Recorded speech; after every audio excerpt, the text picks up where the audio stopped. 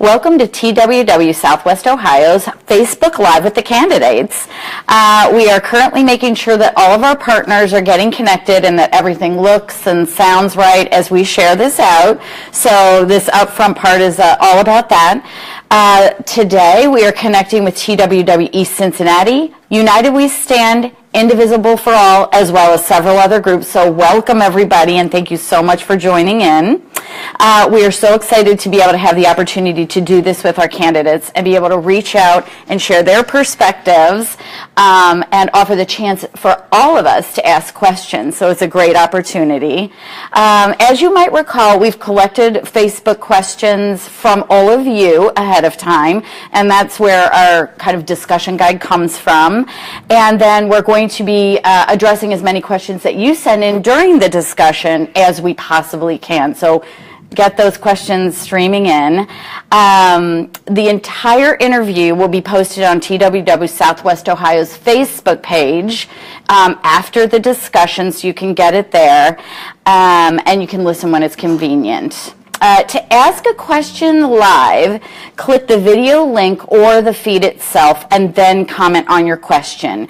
If you comment below the post, we may not be able to see your question. So make sure it's going through the feed, especially if you're linking in through one of our other partner groups. Make sure you're clicking on the video link so that we can see your questions. And this evening, due to a family emergency, we are not able to provide ASL translation, but we will be providing a transcript as soon as possible on the Facebook page for TWW. All right, so this evening we will be talking with candidate Yvette Simpson, who is running for mayor of Cincinnati, as many may know. And I'd just like to give a little introduction of Yvette. She grew up in Lincoln Heights, raised by her grandmother in public housing. At the age of 8, she already knew she wanted to become a lawyer. She graduated from Princeton High School and then became the first in her family to graduate college at Miami University. In 2004, she received her Juris Doctor degree from the University of Cincinnati College of Law. Yvette practiced law at several firms before developing and directing Miami University's first pre-law program. In 2014, Yvette earned her MBA degree from Xavier University, and she currently serves as counsel at Ulmer & Byrne, LLP.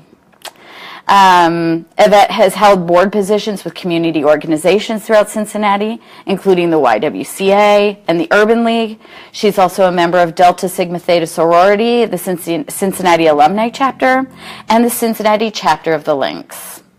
In 2005, she was recognized as one of the Business Courier's 40 Under 40 and a YWCA Rising Star. In 2014, Yvette was honored as one of the YWCA's Career Women of Achievement. Yvette was first elected to council in 2011, where she serves as on a lot of boards. So she's Services, Youth and Arts Committee, and serves on the Budget and Finance, Law and Public Safety Committees, the Neighborhoods and Major Transportation and Regional Cooperation Committees, and Yvette is also a member of the Hamilton County Regional Planning Commission. Yvette currently lives in West End and works downtown, but she calls the whole city her home. All right, so Yvette, we're looking forward to hearing more from you today. Thank you so much for having me. I just want to thank all the individuals who are listening in today on a Friday night and who might watch it later. It is a great time in the city of Cincinnati and a great time around our country for progressive leaders and inclusive leaders to rise up. And I'm so honored and excited to be running for mayor of our great city. This race for me is really about leadership. It's about having someone who has vision, who has passion, and who is from the community and about the community, leading our city through this next phase. It is a great time because we've experienced some great gains, but we know that we have to make sure that everyone gets brought along with us, right? It's not about how the best do, but it's about how we all do, including those who need us most. And so on council, I've been honored to serve all of the different types of people who call Cincinnati home.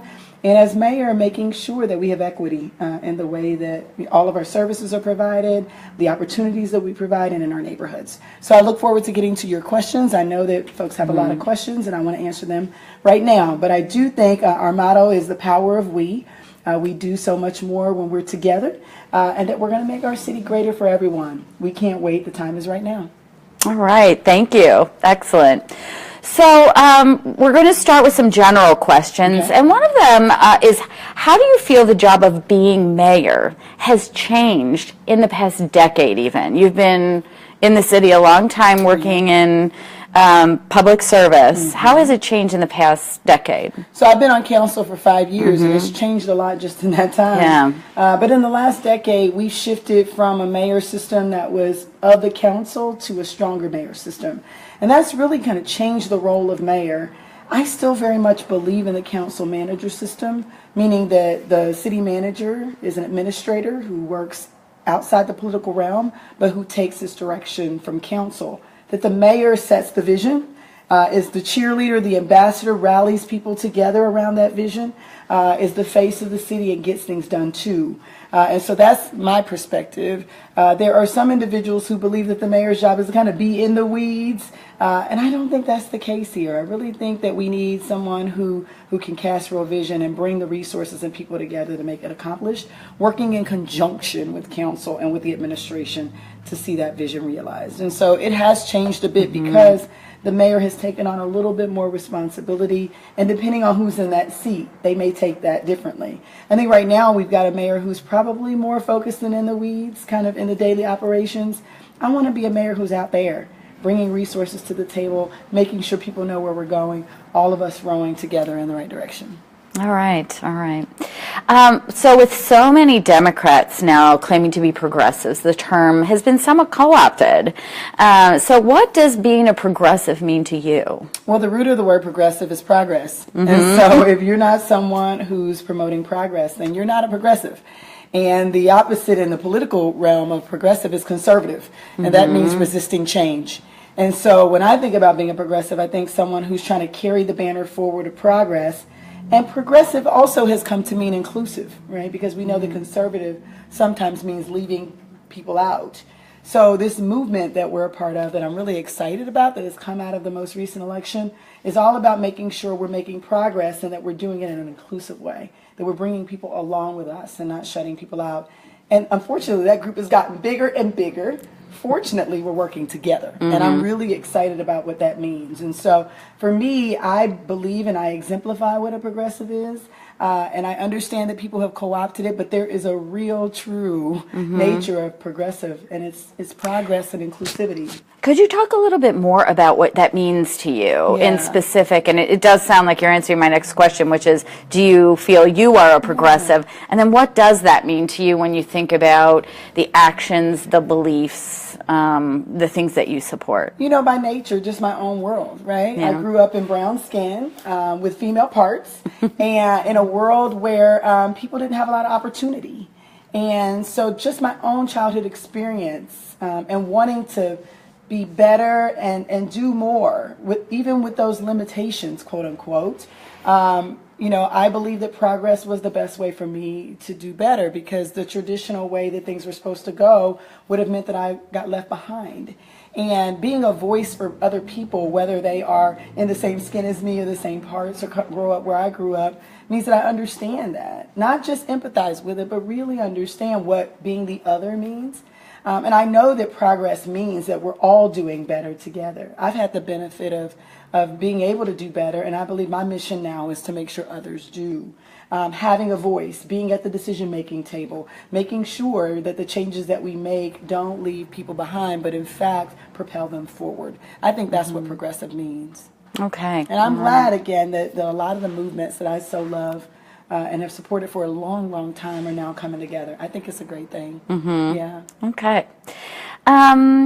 So whether they are favorite issues or not, what do you feel are the top 3 focal issues that must be addressed for Cincinnati to progress, whether they're your favorites or not? So when we talk to voters and people who live in this city, the 3 most important issues continue to be safety, neighborhood development, and job creation. Those are the 3 that I think are the most important. You have to add poverty to that, but I don't think poverty should be in a vacuum. I think it's kind of emblematic of some of the challenges we have in those other 3 areas. So I would say probably adding poverty as that 4th bucket, those 3. Okay. And how do you feel you will address some of these issues? Do you have plans? Yes. Okay. All right. No good public leader. You can't lead without the 10-point plan, right? And we've wrapped it up into those 3 areas. So our Let's Get to Work plan is all about our workforce development piece, which is making sure we're preparing people for the jobs of the future and that we're bringing those jobs here. So Wayne Gretzky said, my only hockey reference, but a very good one.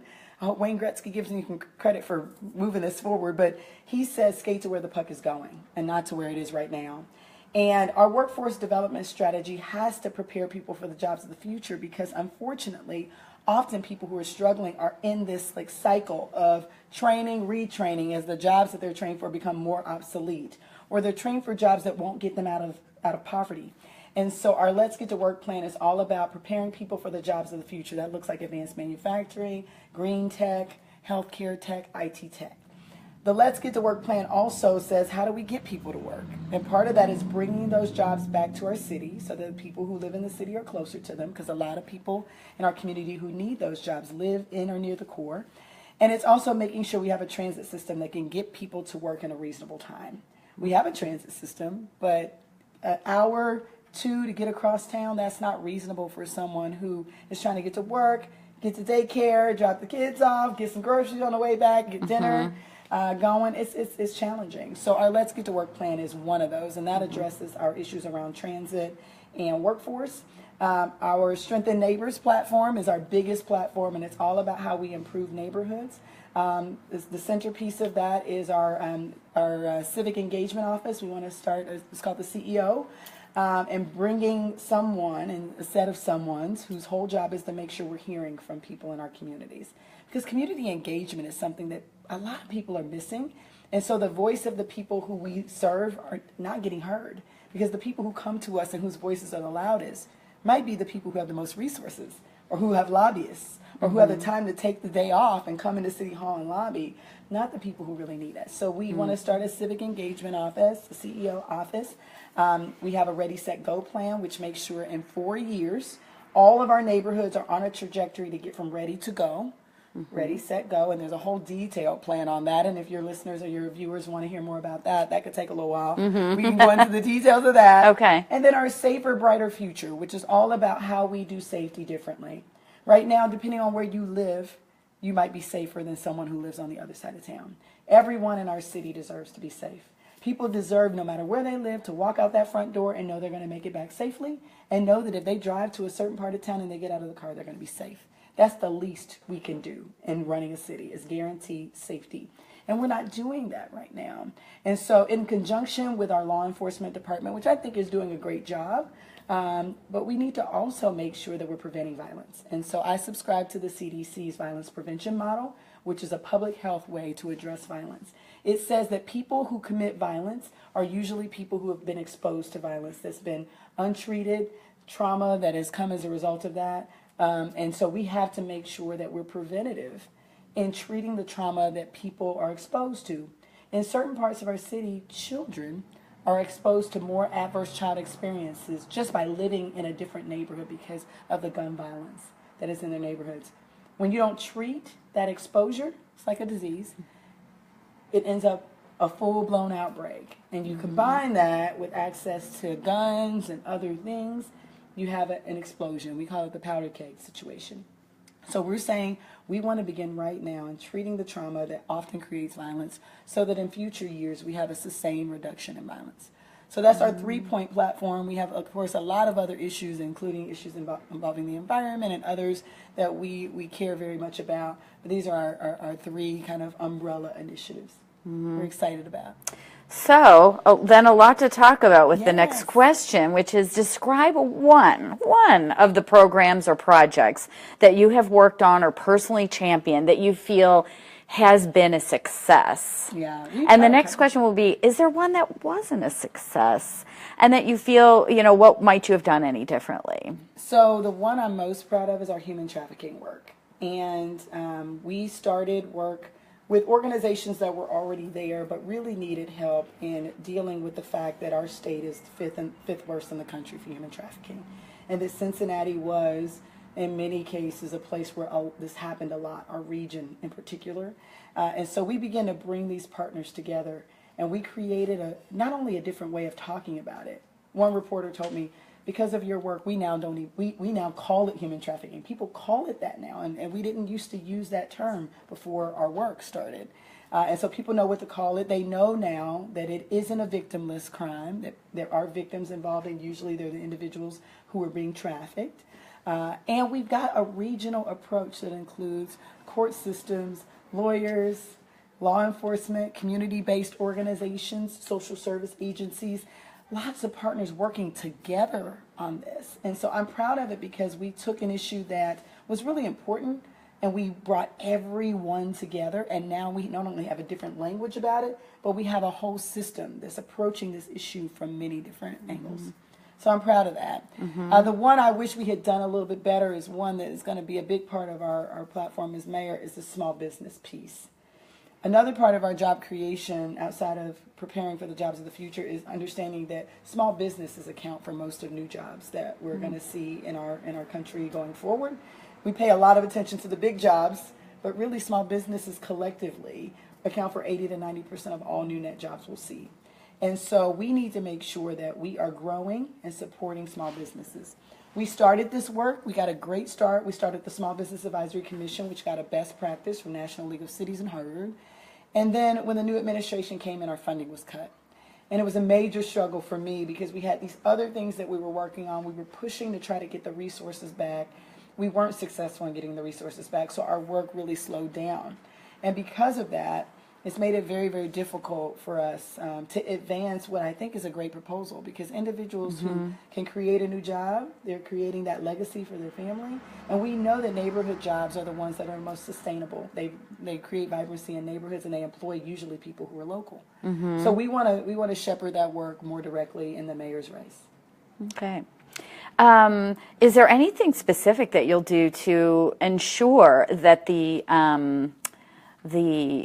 that will be successful in the future? So it's part of our corner store is your cornerstone initiative. So the initiative that we're shepherding and is a part of our neighborhoods platform, because we know that small businesses usually exist in neighborhoods, to create that foundation with the resources in place to make sure that businesses not only can plant here, but can grow here. And we have several pieces of that, including our Vacant to Vibrant program, which takes vacant storefronts and gives them to small businesses so that they can, one, operate their business at a very low cost of entry, and then they create life in corners like what are out here outside our office. Making sure that our second stage funding program, which takes businesses and usually women and African American owned businesses, hit a wall faster than majority owned businesses. So we really want to focus in on them. When they get to 5 years and they're stuck at 10 employees and maybe $250,000 to $500,000 going in and providing mentoring and financial support so that they can get to the next level. Because if they grow, then we grow. We get 2.1% on every dollar of taxes that come into our city. So we want to make sure we power that up as well. And being a voice for small business. I mean, the reality is that small businesses, when they have to interact with the city, every interaction they have with us costs them so much more than it might a large business, because they don't have a person who has time to do that. They're taking time away. Right. Permits in general cost them, they're a flat fee, so they cost larger businesses proportionally less. So I want to make sure that we really redefine our small business footprint, and that'll be something we'll definitely shepherd in the mayor's seat. All right, excellent. Well, we're getting questions in live, so let's go ahead and handle those. All right. So let's see here. Here's a question. I know you are a proponent of pedestrian safety. In light of the many events over the past few months where pedestrians are hit and injured or killed, what can be done about this? So we're looking to bring Vision Zero to Cincinnati. Yay! So Vision Zero was an initiative that started in Europe and recently took off in the last few years in United States cities. And we want to be a Vision Zero city. So what Vision Zero says is that they bring together really, really smart people like engineers and people who are experts in technology with the community. And they identify these areas and these challenges that we have with vehicles and pedestrians having these very, very fatal interactions. Vision cities, zero cities have seen a 50% reduction in pedestrian fatalities just by taking these initiatives. And so we want to bring Vision Zero here because what we know is that we've got another bit of a powder keg, right? You got more aggressive vehicles, and in Cincinnati, we're very auto-oriented, so vehicles are encouraged to be very fast and often very aggressive. You got a pedestrian who is sometimes distracted. You got sometimes people driving who are distracted, and sometimes you got pedestrians who are aggressive. Let me just walk out there. And it creates this real challenging circumstance. And, you know, we don't want people to walk out and lose their life because of this. We lost in Northside Sarah, who was the owner of Tickle Pickle. She was a wonderful woman. I had just seen her a few weeks before. She was crossing the street to go to her business in a pedestrian walkway, and a car hit and killed her. And we've seen too many close calls, and we've seen fatalities like this. So I think Vision Zero is going to be a great model to bring here. And we've got some important intersections throughout our city that would be the first that we look at. Okay. All right. Another question. How do you handle criticism? Usually pretty well. Okay. Okay. You know, I'm probably my worst critic. I probably already thought about all the things that I could do better. And when I get advice, I usually take it. I mean, it's one of those things that, you know, you try not to internalize it too much. Yeah. And maybe I do, just a little too much, because I call it continuous improvement. You know, you're never too old to learn a new lesson, and you never know so much that you can't learn something new. And so I usually accept it pretty well. I like it better when it's constructive and productive. But you're rarely going to hear me if someone says, "Yvette, you know what, you could have done that better." I'm usually going to say, "Thank you. We'll work on that." And so thank you. That was a good question. All right. It was a good question. I like Very that good one. As council member, you've supported cooperative enterprises. What will you do as mayor to support worker-owned cooperatives in Cincinnati, such as Apple Street Market in Northside? I am a huge fan of cooperatives. Okay. You know, I love the idea that the community and workers can own what they're a part of. I'm also a fan of renter equity, which is another kind of cooperative model, right? Individuals who are renters who are part owners in the spaces that they occupy. I think what happens is you get better ownership, meaning more responsiveness. I've talked about, you know, community engagement, making sure you hear from people. When you go to a cooperative, you usually get the best service because the people who own it are the folks who are working there. The people in the community own it, so they get their voices heard and how it turns out. I want to see more of them. I'm a huge fan. And it's important for people to have a stake in what happens around them. For some, it can also be a great growth opportunity for them, for individuals who might not, you know, I work every single day. I don't have a lot of money to invest in the stock market. I can't go out and buy a building, but I get the chance to own a piece of something that I'm contributing to. So huge fan of Clifton Market, Apple Street Market, and other types of worker co-ops. I think we need more of them here. It's one of those things that a city like Cincinnati, being a major city but still smaller, can do really well. Yeah. All right. I'm encouraged. Okay. What do you feel are your best qualifications for being mayor? So we've always said there are three things that when you think about Yvette Simpson are synonymous with me. Right? Certainly vision. I'm always thinking about the kind of far into the future, which some people thought would make me a bad politician because you're supposed to think of things of what you can accomplish in 4 years.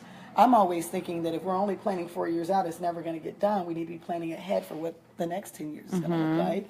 I demonstrated some vision and at 8 years old saying, no one's in my family's ever gone to college, but I want to be a lawyer, right? That vision has been a part of my life forever. So vision, passion, action.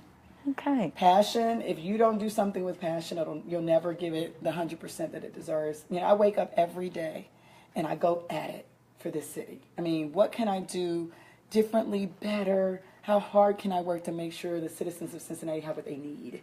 And I put my head on the pillow usually late at night or early the next morning, and I feel like I've given it my all for the day. And I get up the next day and I do it again. And that's what you want working for you. I'm never, ever satisfied. As long as a child goes to bed hungry, I'm not done. As long as a family goes to sleep outside, I'm not done. And that's the kind of passion that I bring to my job every day. And I don't stop. I never do. And that's one of the criticisms that my team gives me. In fact, you got to breathe. You got to take bathroom breaks. You got to eat. You got to sleep. But it's an honor to do this job. And I just want to do it in a way that makes people's lives better. The other piece is action. And, you've got to make sure things get done. And I'm the person that says, we got a policy, but it's not working. I'm going to get in there and we're going to do it. And so you're going to see from me as mayor, not just policies on paper, but I'm going to be the first in to get it done. When we did our human trafficking work, I could have written a policy and said, here's what it looks like. And we did. But we realized that if we wanted the system to grow and to come together, I had to be at the table. And I'm at the table every time. When we go out in the communities and we do our human trafficking work and we go out and look, I'm out there. I'm in there in every nook and cranny. Mattresses in the woods. I'm climbing in the woods with our police department. I'm the one that's calling saying, did we make that arrest yet of that pimp?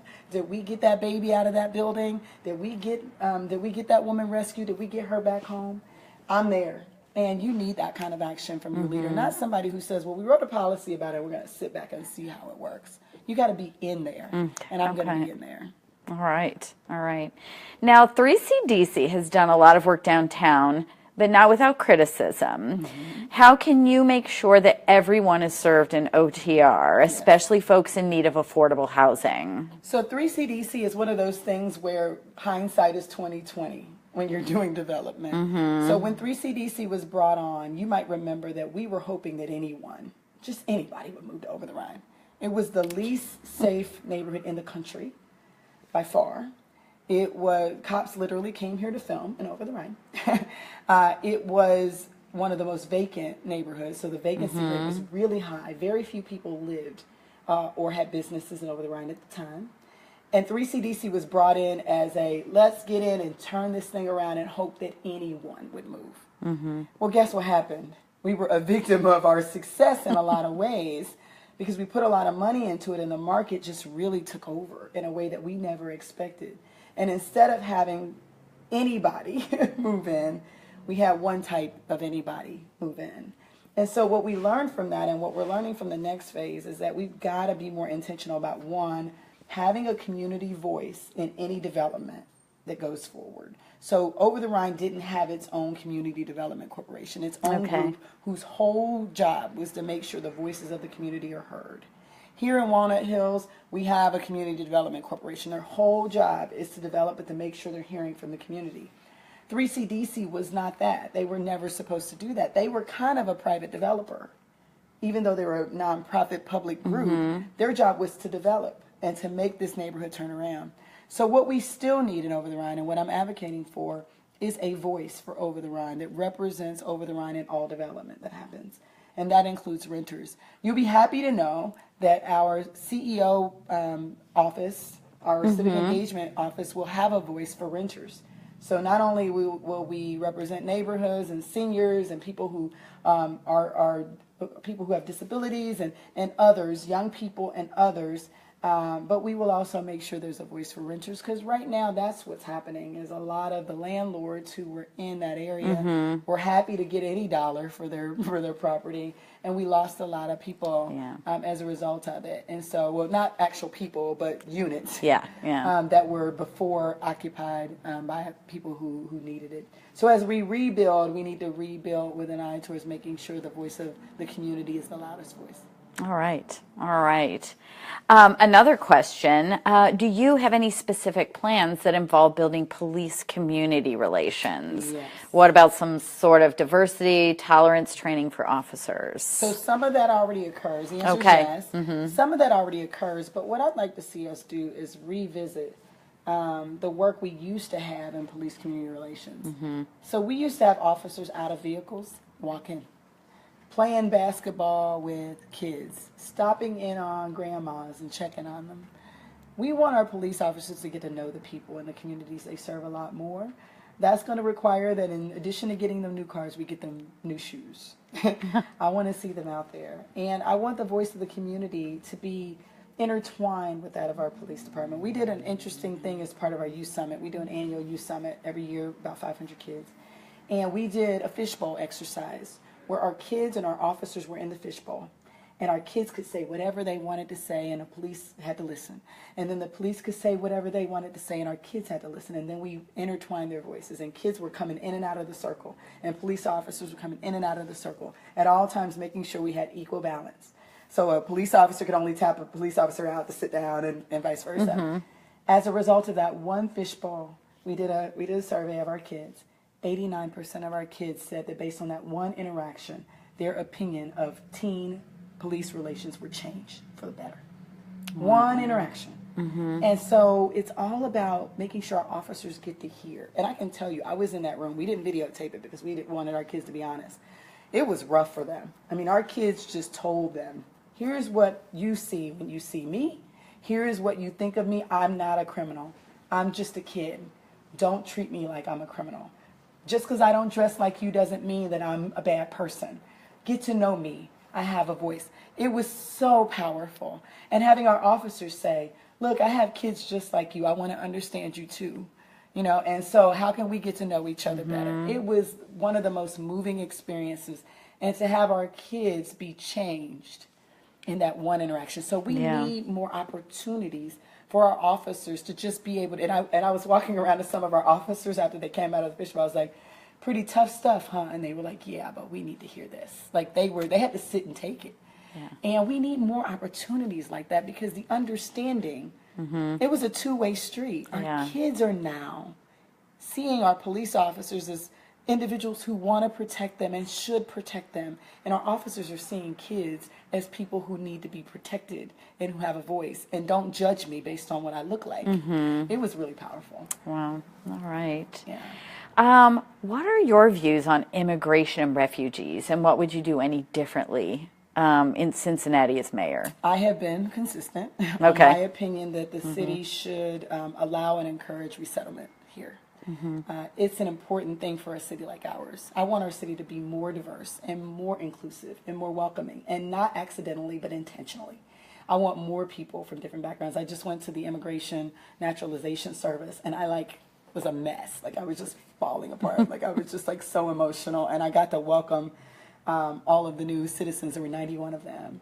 And I just was like a big baby. Like I was like, I just want to tell you guys you're a part of our family, and I love you, and I'm so glad you're here. And I was like, I'm supposed to be, wait a minute, let me hold it together. But at the end, many of them came to me and wanted to take pictures with me, and were so glad that an elected official was there to welcome them to the city. I want to do all of those now. Like I told my team, I'm like, clear the calendar. I want to go to all of them. I want us to be a place where people want to come. I understand the melting pot. And how it makes us all better, and so I want us to be a bigger part of this. I want to make sure that our voice is clear on the fact that we value everybody. And that's why the Sanctuary City conversation, and early in my term on council, we had an issue and did a resolution to make Cincinnati an immigrant-friendly city in early 2013 because there were municipalities around us that were profiling and detaining at that time, and we wanted to make it clear that Cincinnati was not that city. We have to be a place where everybody wants to be, and we have to be a place that loves everyone the same. I want that so bad. So we want to have policies and practices that not only just represent us, but we're the tip of the spear. And I want to make sure our entire region understands that this has to be all of us together. Because guess what? Folks who live in the city are not going to stay in the city. I don't want them to feel safe, but then if they have to go through another municipality, they feel fearful. You got to go to another county. You don't just stay in one place. So regionally, we've got to make a commitment to this. And the city is the tip of the spear, and we can make it happen. Okay. All right. Another question from our watchers. Now that Willie Carden is moving on, what do you plan to do to focus more efforts on rehabilitating the neighborhood parkland that is so overgrown with invasive plants to the point that many of the parks are almost unusable? We have quite a shift happening in our Parks Board and Parks Department. And as mayor, one of the things that I want to make sure that we do is we recommit to making sure that the Park Board functions the way it's supposed to function. And so that means that the Park Board by nature and by charter is independent from political pressure. We want to make sure that they're operating effectively. We want to make sure we've got a leader who is passionate about that, and we want to insulate that leader from political pressure. a lot of the challenges what happened with our park board was basically an opportunity for an individual taking advantage of the opportunity to take our parks asset and leverage it for private gain. We can't do that. The parks belong to people, and they're a great asset. I want to see more neighborhood parks. I know that the concrete jungle is real. I'll tell you another story. Sorry for all the stories, but they're helpful. We were doing some outreach in Avondale on the corner of Blair and Reading Road, and a kid was shot, Kieran, who's 4 years old. And none of the parents wanted to let their kids out because they were afraid. Well, this building sits basically in a concrete jungle. There's not a lot of green space around for kids. And so we got Boy Scouts and Girl Scouts to come in and get our kids out to camp, away from the city and out. And those kids had so much fun. So I was talking to one of our kind of, wealthier constituents said, I don't understand why these kids sit out here on the corners like they do. I said, when your kids play, where do they go? Oh, they're in the front yard. This is their front yard.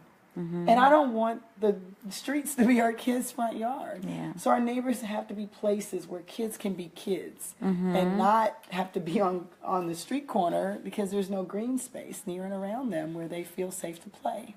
And so part of that is, one, making sure we're reinvesting in neighborhood parks, but two, making sure they're safe places. Yes. Because it doesn't matter if you got green space if parents aren't wanting to let their kids out. So we know that that's important, and hopefully we will have a leader who makes that a priority and a park board that understands how important that is. All right. So there have been questions from our group about food deserts. Okay, so there's a lot of discussions about this in many of the neighborhoods. What can the city do to address this? Are there any incentives for private citizens to do anything about it? And are there any other creative options you've explored, things such as produce food trucks and things like that? So we have a real challenge with food deserts. I mean, it's a big issue. When you got 10 neighborhoods that are technically food deserts, it's a problem. And I think that the way of the future is not the big box store. We can't control it. Clearly, in most of our urban neighborhoods, our really urban neighborhoods within the city, the big guys are just leaving. And we know that your health is your wealth, and having access to quality food is tied to your life cycle, how long you live, your lifespan. So I'm a fan of three initiatives that I think are really important. One is co-ops, and I'd love to see more co-ops in our community. And yes, there are communities that have less income, so the individuals who live in the community might not be able to afford $100. But we can have sponsors for that. And neighbors can sponsor other neighbors. And private citizens can participate by sponsoring a share for someone who can't afford it. So I want to see us do co-ops. Food grocery delivery.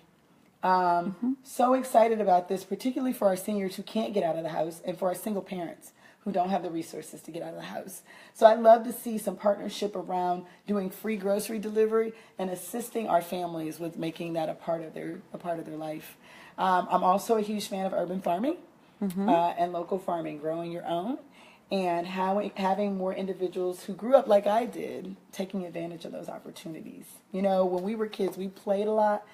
We didn't have a lot of green around us, but the idea that we could plant food and know where that food comes from and watch it grow and then put it on our table is an important thing. And so I want to see more urban gardens, and that creates a training opportunity.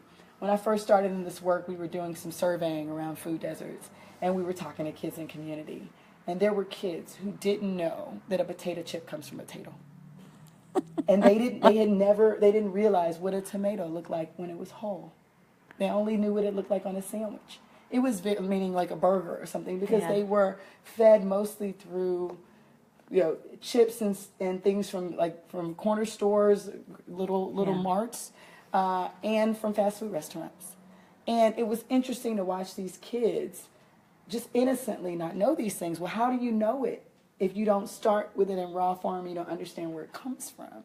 So I'm a huge fan of these three initiatives, and I'm more than open to other ideas around how we do that. So Those three I think are the most opportunistic for us in the short term.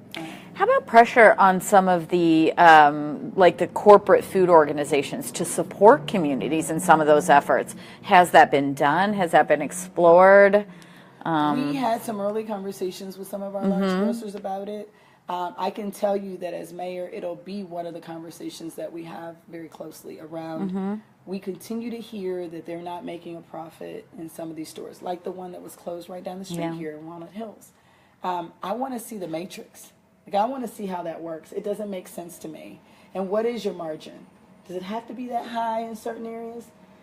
We have Kroger, which is one of the largest grocery chains in the country here, and I want them to commit with me that part of what we're going to do is we're going to make this city a model for how we do urban grocery stores. And that means that the big box model, which makes a lot of money and makes a lot of sense when you think about mass distribution and getting things to one place, but if it's not working for our community, then it doesn't work for us. And so it may require Kroger and us to make a commitment that we're going to do this in a couple key places. We're going to change the model and see if we can make it work. Maybe in these stores your margins are lower, but you still have a margin. And you understand that this is your gift. This is your social enterprise for your city. All right. Well, we just had a bus go by your office. Did you hear any of that? I know, but it brings me to my next question, which is, have you ever ridden the metro? And how often do you personally ride? And what issues do you see with our metro system? So when I was a kid, we didn't have a car for much of my growing up. We did in the early years, but towards the end we didn't. And we rode the bus all the time. We would take the 78 from Lincoln Heights. We would go downtown and then go wherever we were going from there, the old hub and spoke, which really, unfortunately, is not the best way to get people around. But we would take an hour on the bus, 78. When I got older, I did ride the bus as a young lawyer. I was on the west side for a little while. I would take the bus down to work. And then when I moved downtown, of course, it was very easy to jump on the bus and take it to work. Much easier than trying to park downtown. In recent years, as a council person, I found that I can't get around. It is, in my day, the what it would take in the matrix for me to get from one side of town to another with our system the way it is, it doesn't work very well. So I don't ride the bus much. We did end up doing a bit of an experiment that was pretty well documented. CNN came, and we did an experiment. It was about the moving of the Board of Elections from one side of town to the other, but it ended up becoming this, mantra for the challenges with the transit system, because we got on the bus in Walnut Hills, actually right down the street, and we took it to Mount Airy, and it took us almost 2 hours to get there and 2 transfers.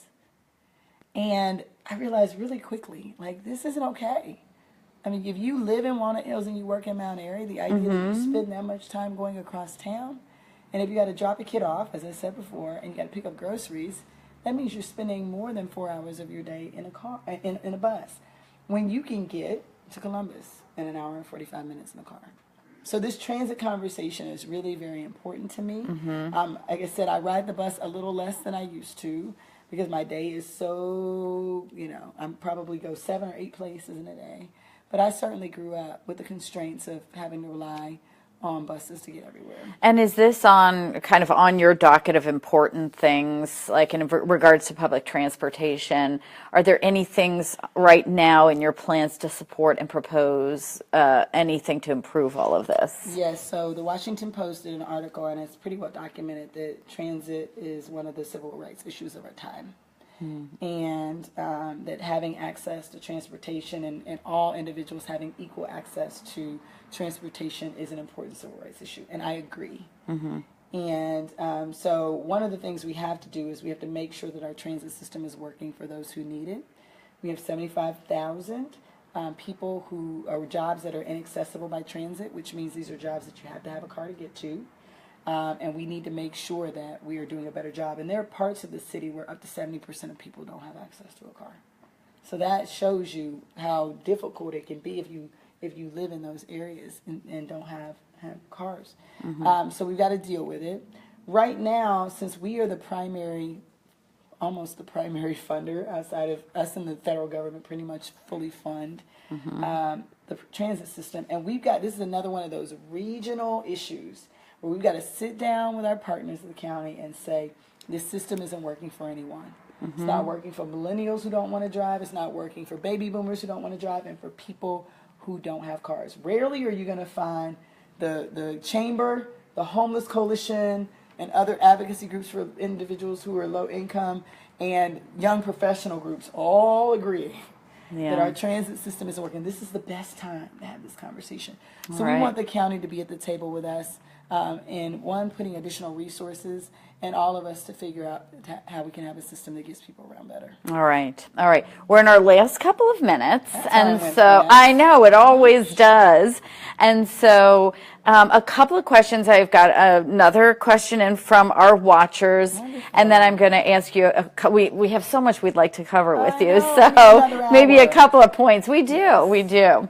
So a question in from one of our watchers. How will you maintain your personal integrity once elected?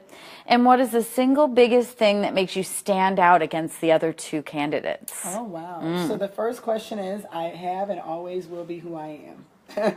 Integrity is not something that should change. It's your foundation. And you can never compromise that. So when I ran the first time, I ran with an eye towards making sure I am who I am. And we won that way.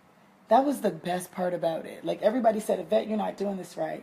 You should go in a room and shake hands and say hi and move on.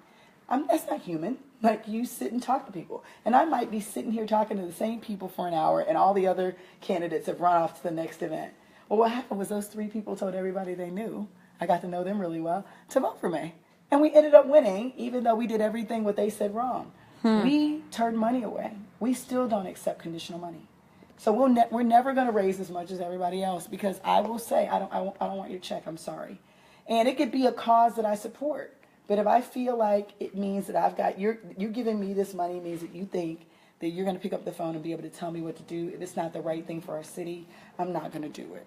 And so, yes, our fundraising is a little lower, but part of that integrity is saying I have to be able to serve in the best interest of the city, and if I accept conditional money, I won't be able to do that. So we don't accept money that has a condition to it.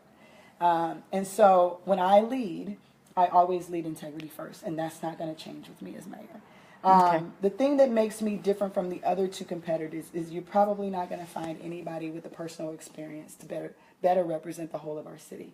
So I say to people, I've lived in the hills of Cincinnati that we talk about all the time, and the valleys beneath. And that experience isn't just something on paper.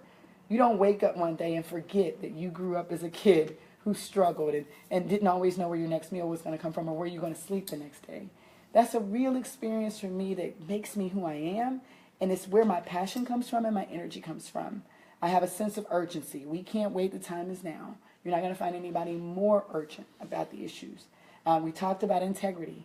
I care about this city first. It's the only reason why I do this job. And so you're never going to question why Yvette did what she did. It's always what's best for the city and what's best for its constituents. And so I'm excited. I believe that I have the combination of the experience that you need to be the leader, and the passion and the perspective to really lead the city in what's next for us, which is bringing our entire city together and representing all of us. Okay.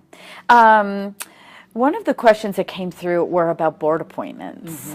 On your mind now, will you change any Cincinnati board appointments with particular goals in mind? So one of the things we're going to do is change the process. So we're going to have an open process for boards and commissions. We're going to actually ask people to, if they're interested, we're going to go out and seek people. We're going to ask people to apply. So this isn't going to be, if you're already on my list and I know you, then I'm going to hook you up with a board appointment. No, we want the best people to serve on those boards. That means people who have the experience, meaning they're actually using the service. So for SORTA, we have to have people on our transit authority who actually ride buses. We have to have people who understand transit on our boards. So we're going to look far and wide to make sure that people who serve on our boards and commissions are from the community and that they're at the table. We want to do what's called, we're borrowing this from Minneapolis, but they have a board leadership institute where they do trainings throughout the year for people who might want to serve on boards. And then it helps you understand the city departments and how things run so that more people feel comfortable being on boards. And we have a lot of great examples of that through, like, the YWCA board leadership, Leadership Cincinnati, Arts on Board. But I want one that, regular everyday citizens can go through. And at the end of that training, they feel equipped to then serve on boards and commissions. So we want to have an open process, and we want to make sure that the best people, meaning people who either have that personal experience with something or who know that system, are the ones that serve on boards. All right. What are your top policy prescriptions for addressing poverty in Cincinnati? Are there specifics that you can go through, especially that you would really champion? And in this budget-constrained environment, what are some of the trade-offs you would make to support those efforts? So my initiative on policy is progress from the ground up. So, and I think that makes me different from most other candidates. I believe that if you want to empower people, you have to start with their voices, and they have to be at the decision-making table, and you have to create resources where they are. So I'm all about empowering community-based organizations where people live to be supportive of individuals who are in poverty and let them be a part of the solution for themselves. We also have some big systemic issues that we as a city have to address. I think we're measuring the wrong thing. I'm less compelled by the fact that we currently have a poverty rate that's 43% or 48% or 53% depending on the year. I'm more concerned by the fact that only 5% of our kids get out of poverty in a generation. That's the stat. And that's one of the worst in the country too. So I would feel more encouraged if that number was higher, because then there would be some hope in the future. That shows that we've got a system outage, a system issue, when people stay in poverty at a higher rate than other cities that we compare ourselves to. So what I would say is we've got to work on the ground, make sure that individuals who are in poverty are at the table, and let's deal with these big systemic issues. And part of it doesn't require more money. Okay. I think we got a lot of money. I think we got a lot of organizations. It's all about aligning systems in a way that the people who need them can get them. Okay. What I tell our nonprofits is this: if a person can make it to your front door, they're not your most critical patient, right? Your most critical patient is the person who can't get to you, because to get to you, I got to be able to take a day off work, I've got to be able to get daycare, and I've got to have transportation. Three things we know that the people who are struggling the worst don't have. So I want you to get out of your building, and I want you to go to them. I want you to align your systems not for what's convenient for you, but what's convenient for them. And your 8 to 5 in your building is not convenient for the people who need you most. Here's what's just kind of sad and opportunistic at the same time. We know where they are. They're all concentrated in the same place. And so for our nonprofits to say our policy is 50% of our day will be outside of our building, going to where people are. That's just a good policy. And the city's going to do the same thing. Our administration is not going to be in those buildings. We're going to spend most of our time out and fixing issues in communities. So I think that's a good policy direction. And then, of course, these big systemic issues that feed into poverty, right? We know that poverty in isolation does not exist. You can give a person $1 over the poverty line, and they're still in poverty, even though technically by income they're out of poverty. Because as soon as they're sick, which they will get, they lose their job and they're done. One day, they have to miss one day of work. If they can't get to work, now they're right back in the cycle. How about the $15 minimum wage? Do you support that? Yes, but I think by the time we get it passed, we're going to need it to be $17. I think all of these initiatives need to be tied to inflation. Because it takes us 6 years to finally get somebody to sign on to $15, and by the time we get to that day, that $15 is $19. So we're behind. Yes, I think we need to make sure that our policy isn't even just about $1. It's about making sure that whatever that wage is, it's enough for people to live on. So that if tomorrow that's $15.15, we don't have to go back and do a whole ballot initiative, get people rallied up and say, now we're going to $15.15. Yeah. Because I do think that we're at a place where by the time $15 minimum wage happens, we're going to be at a much higher number. Yeah, we had a question in along these lines from a viewer, and it says the city has a very diverse workforce, but not so diverse or equally gendered in management and upper level positions. Is this an area of concern for you? It is. So I commissioned the city's first equal pay study. And our directive to our HR manager to make sure that we have equity in leadership and in pay among men and women. And of course, diversity. but certainly the equal pay issue in the first instance between men and women, women of color versus men, women of color versus white women. And so what we found was that we do have disparity. It's not as bad as the private sector. And where the challenge lies is in some of those areas where negotiation happens. So we allow, and this is what I told my HR director after we saw the study, we allow a woman who's been working in a role for 15 years, when a man comes in and says, I want to make more, we give him that and we don't raise her salary. So she could have somebody she's actually senior to, who's making more than her because she didn't negotiate aggressively enough. And what I said to my HR director, who happens to be a woman, is we should correct for that. And so we now have this new renewed focus on it. We are going to do an actual policy directive on it. Our HR director has gotten the message, but we're going to do an actual policy on it to make sure we have equal pay among men and women. And we are working very diligently, particularly in some of our safety areas, to see promotions, because that's where we have a lot of, in fire and police, because we have so few women who are in our safety ranks, making sure that they get promoted too. All right. I'm hoping to capture the last three things in the next couple of minutes. Environment. Yes. Okay. What role do you think Cincinnati can play in tackling climate change? What ideas do you have to move our city towards even more clean and renewable energy? Well, it starts with us and how we do city operations. So I want us to go towards zero waste in the truest sense for our operations. Okay. And so I want us to make sure we're greener in all the things that we do. I want us, reducing, reusing, recycling in every one of our sectors. And that's going to be a goal of my administration. Okay.